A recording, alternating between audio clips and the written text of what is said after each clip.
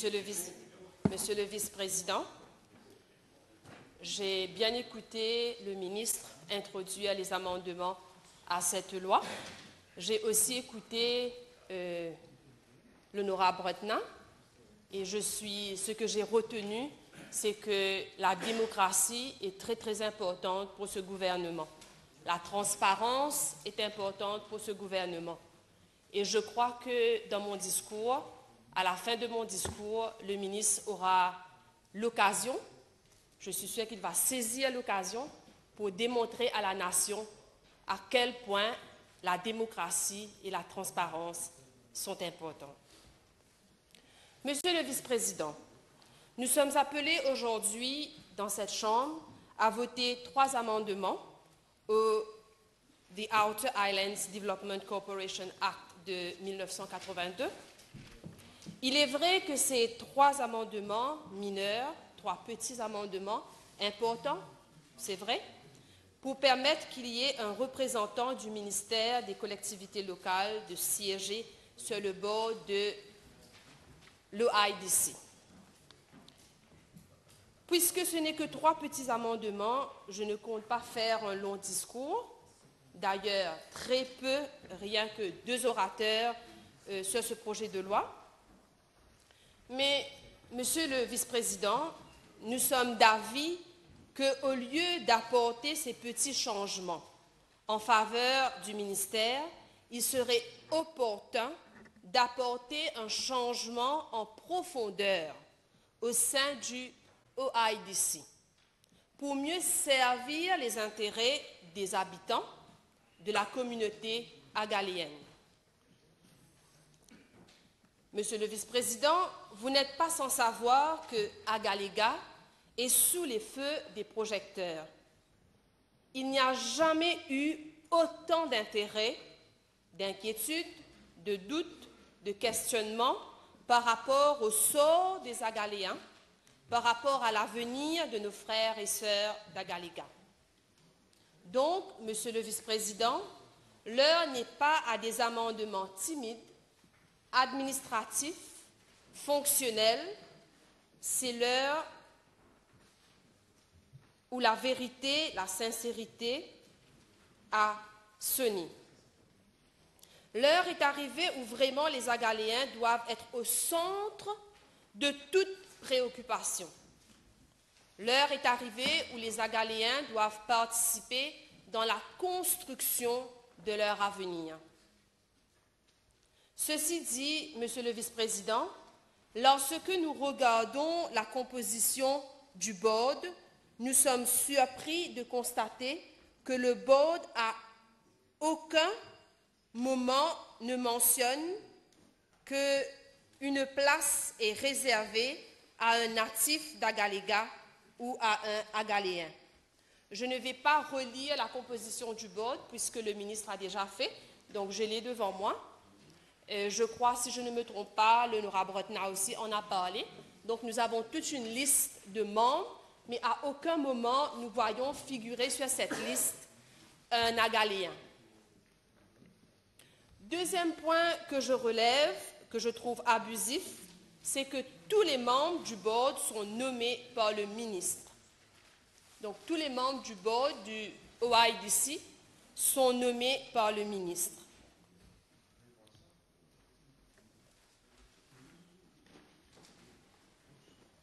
Donc, the persons mentioned in subsection 2A and I to K shall be appointed by the minister.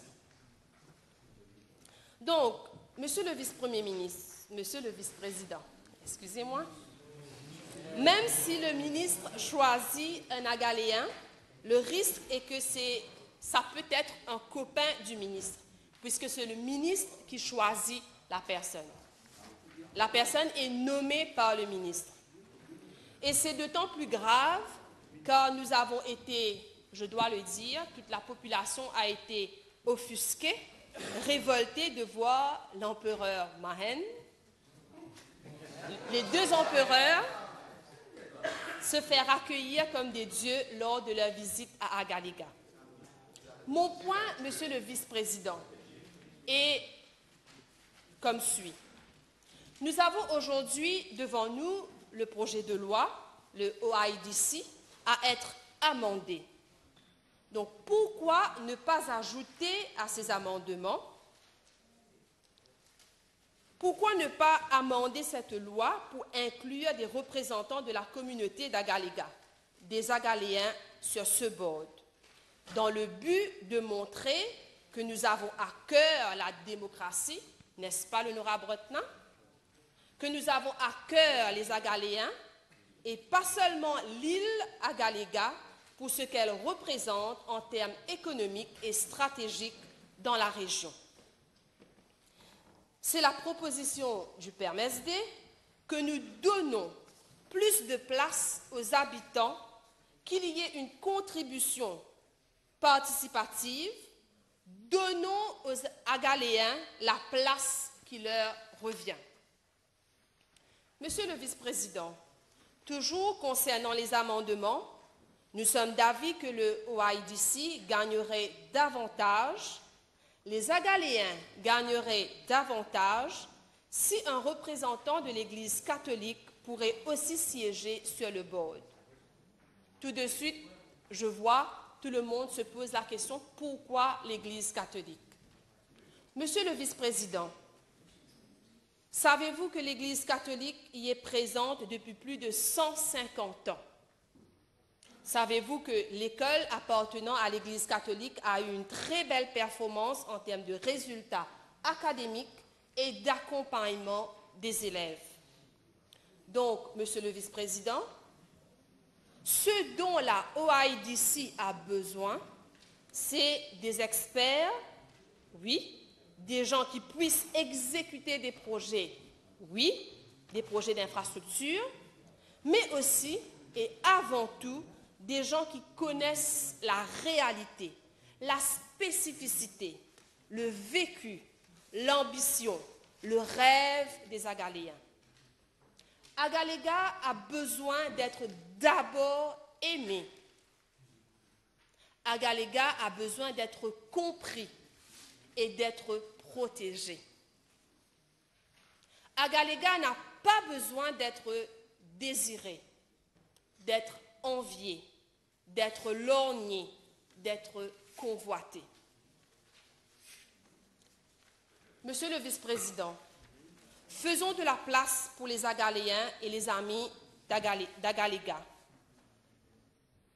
Je tiens aussi à attirer l'attention de la Chambre que le Agaléga Island Council, je l'ai devant moi, le Agaléga Islands Council Act aussi prévoit que les 3 résidents d'Agaléga soient nommés par le ministre.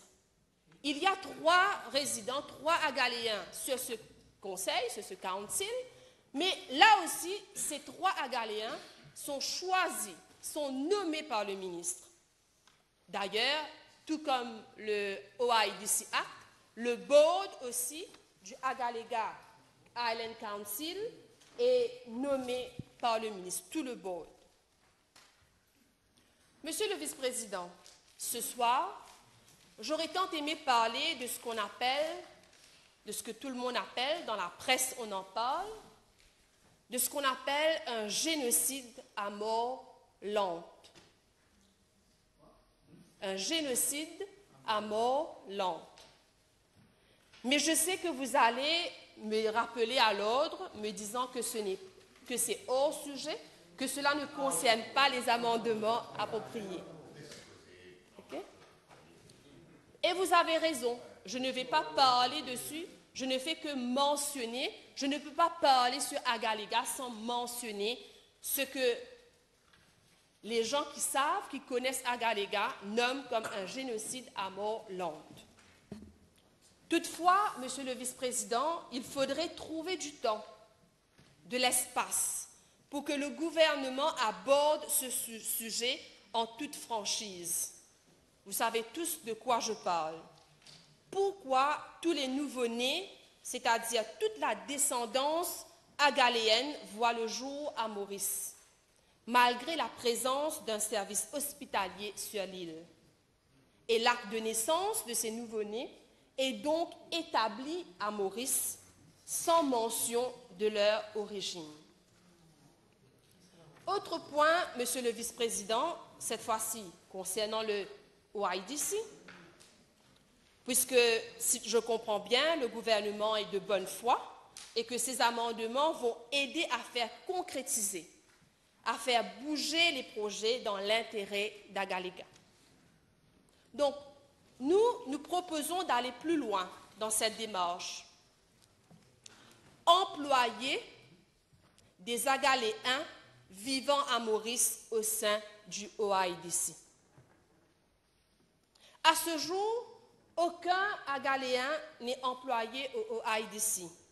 Pourquoi? Est-ce que le gouvernement ne sait pas où trouver des Agaléens à Maurice? Est-ce que les Agaléens vivant à Maurice ne sont pas assez qualifiés pour être des cleaners, des general workers, des manual workers? Pourquoi on n'emploie pas les Agaléens vivant à Maurice pour travailler au sein du OIDC? Qu'un Agaléen puisse avoir la chance de travailler au OIDC, c'est ce que j'appelle mettre l'humain au centre. Mettre l'Agaléen au centre et non pas son île comme objet de convoitise. Monsieur le Vice-président, c'est vrai que nous avons fait du chemin, je le dis, au risque d'être traité de souffrir du syndrome « non, on n'y est pas beau ». Nous avons fait du chemin, Monsieur le Vice-président, pour arriver là où nous en sommes aujourd'hui avec le OIDC Act. Rappelez-vous, Monsieur le Vice-président, que le Agaléga Corporation fut créé en 1974 ou 1975 par voie de législation. Rappelez-vous que Agaléga Corporation Bill fut voté dans cette Chambre suite au scandale soulevé par un député Père Mesdé, à l'époque, l'honorable d'Unienville. Il souleva le scandale de la situation sur Agaléga. Après le Agaléga Corporation Bill, nous avons eu le Outer Islands Development Corporation Act en 1982. Donc, comme je le disais, nous avons fait du chemin. Mais il faut aller plus loin. L'histoire retiendra si nous qui sommes là ce soir, si nous sommes vrais, sincères et courageux. Monsieur le Vice-président, il est l'heure de changer tout cela. Il est l'heure d'inclure nos frères et sœurs d'Agaléga et non de les dicter, de les écouter et non de décider à leur place. Le PMSD propose qu'on inclue plus de membres de la communauté d'Agaléga et qu'ils soient votés et non désignés ou choisis par le ministre. Merci beaucoup.